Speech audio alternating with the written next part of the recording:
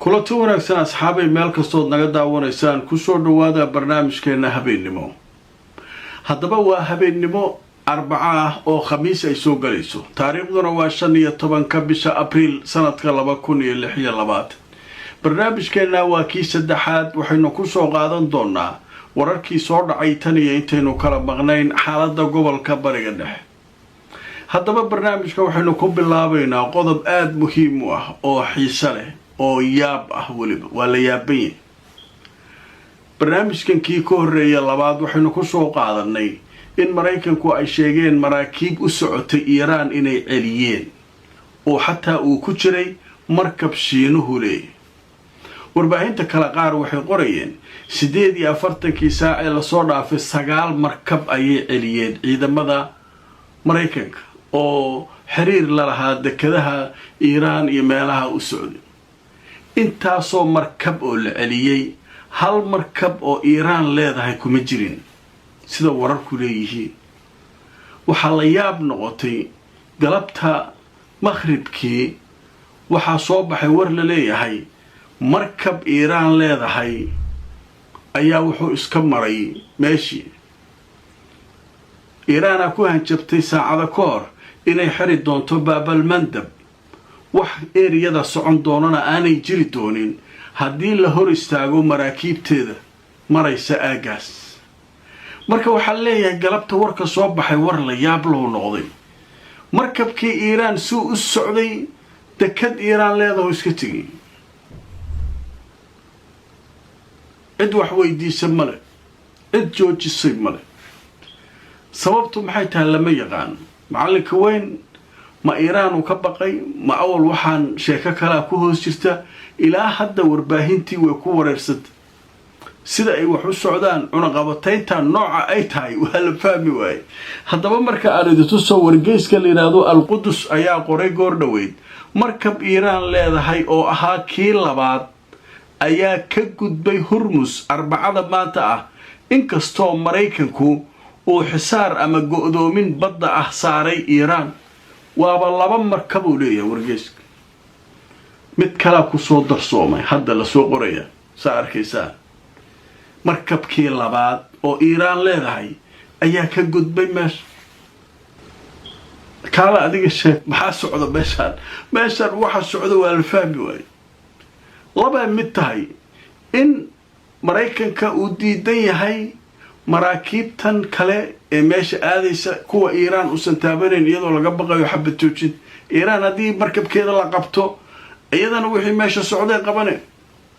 marka ilaa hadda arintaa waa lagu wareersay meelay wax u socdaan iyo meel kale cid fahamsan male. adikuna dee fakarkiina aragtidiina waa noo soo qori kartaa. sheekadan waxay idin la tahay maraakiibtii kale waa la celinaa, kuwa Iiraan lama taabanayo. cidda la cunaqabataynayana waa Iiraan.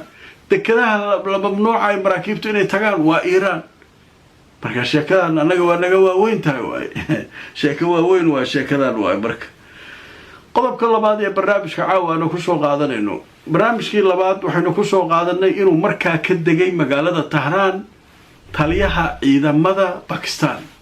wasiirka arrimaha dibaddana uu soo dhaweeyay. waxaan idinku yiri waxa uu u socdo waa la soo saari doonaa, bal aan sugno. hadda warkii waa soo baxay.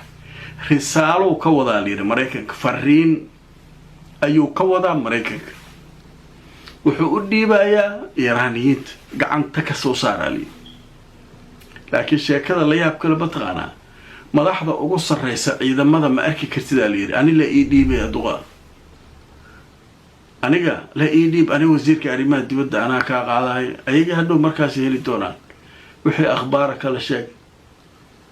meeshan yaa is ilaalina dadkan dhan macalinka weyn ku xiran yihiin inay u shaqeeyaan hadday rabaan. madaxdan hadda Iiraaniyiinta la raadinayo haddii baxar galo markiiba waa lagu bilaabaa.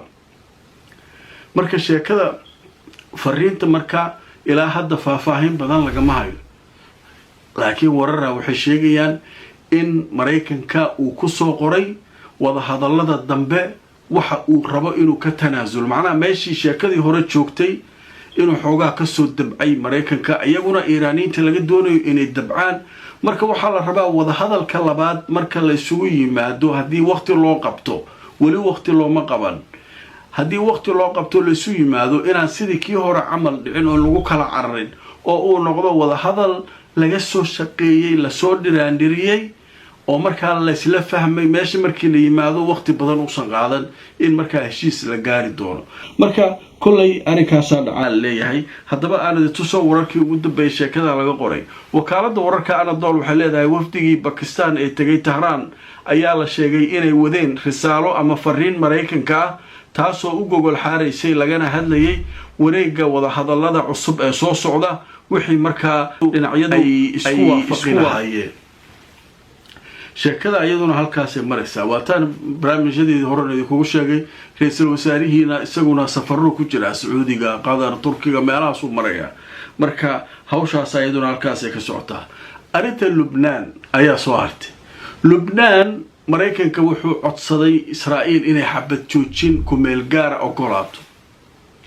Israa'iil marka way diidanta لبنانيين وحلين حزب الله أنك كذا عندنا إن حبة توجين تورتا حبة توجين كمل جار عن كلا قاضن مركب حال يري قرها والسير هذا إسرائيل جوردو عاوة الشرية بل هدي أي أقرانا يعني عطسي أمريكان كأي إنكره وهالأركيدونا قرها مركب والسير هذا وقايبتا كوبان كابينت كليرا هذا أمني سياسة ده وحن كان جام جويسا qaybtaas caawa arinta ka shiraysan leey hadaba marka aad tusoo wararkii ugu dambeeyay sheekadaas Israa'iil waxay ka baaraan dagaysaa caawa dalab Mareykanka kaga yimid kaasoo ah in xabad joojin ku meel gaar ah la sameeyo oo marka ayaga iyo Xisbullah xabad joojin la kala dhaxdhigo caawa ayaa la filayaa sida hay'adda wararka u faafisa Israa'iil ay sheegtay in golaha wasiirada ee kooban ee kabinetka ay arinta ka xajoodayaan oo ay ka hadlaan sheekadaas marka iyaduna xabad joojina dhanka laga shaqeynaya bal Israa'iil hadii ay ogolaanaysay in kale waatii barnaamijkii ku horeeyay abaanduulahoodu uu lahaa waxaan ogolaaday in la sii wado dagaalka Iran iyo Israa'iil nimanka kale jariidada la yiraahdo Bloomberg ee waddanka Mareykanka laga leeyahay ayaa waxay leedahay waxa socda dadaalo meel fiican maraya حبة جوجينتا لبا تضباط كلا إن لغو دارو سي مركا فرصة لو سيو ولا حاجوتك إيراني مريكك هذا مركا على تصو وركا لغاسو حكتي بلومبرغ ورقيسكا مريكك واشنطن iyo Tehran waxay hadda ka shaqeynayaan sidii ay u kordhin lahaayeen xabad joojinta laba isbuuc kale inay markaa ku daraan oo la kordhiyo oo si loogu gogol xaraan leeyahay heshiiska iyo nabadda iyo wada xaajoodka in markaa fursad la siiyo marka hawshaas halkaas ay taagan tahay wali markaa xabad joojintii lagu jiraa dagaalo waaweyn ma jiraan xaalku waa iska degay go'doomintan waxaan ila sheegay baa socda laakiin waa arki doonaa kulay toddobaadka soo socda iyaduna waxa leeyahay wada hadal kala dhici kara suuragal ah jimcaha sabtida axadda meelaha soo socota laakiin wali wax waqti loo qabto male hadaba waa barnaamijkeeni habeenimo hadaba qaybahan waxaynu ku soo qaadanaa alaaba wararka soo dhacay intaynu barnaamijka ku jirnay warar cusub oo yimid hadaba jirada la yiraahdo New York Times ee laga leeyahay dalka Mareykanka ayaa waxay sheegtay Israa'iil in la filayo inay soo saarto xabad joojin muddo kooban oo Lubnaan ah muddo yar 2 bari 3 bari waxaan xabad joojin sameeynaa in daan si ay Mareykanka ugu qanciyaan oo weydiistay xabad joojin sameeyay nimankan markaa xabad joojin ay rabaan male hadafkoodii ujeedadoodu waxa way leeyahay inay dhulka qaataan Israa'iil الكبرى وحلي هذا إسرائيل شوين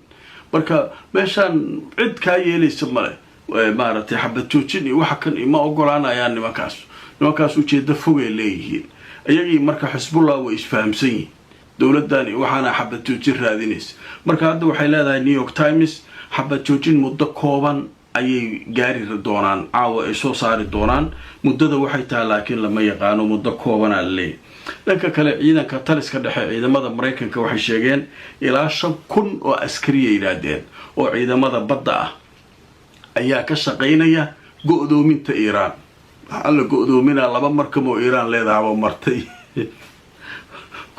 kuwan aniga nagu dheelayaan kuwan wala fahmi way 5,000 oo askari inta soo diyaarado inta soo markab iyo loo sheegaa warbaahintii waxay leedahay markabkii labaada maanta arbaca oo Iiraan leedahay iska cag maray meesh dekadihiisu aaday waana ku xal haddana berito uu soo maray alaab soo qaada marka yaa la go'doominayo aniga waaba yaab sheeko wareysana meesha taala haddaba waa arki doonaa kulli anagu wixii adduunkan ka dhacaya oo warbaahintu qortaan idin la wadaagayna adinkuna fakarkiina aragtidiina arrinka ka dhiibta barnaamijkii waa naga intaa like garay oo share garay haddaad cusub tahay subscribe ka kaylo YouTube ka Facebook ka follow garay nabadgelyo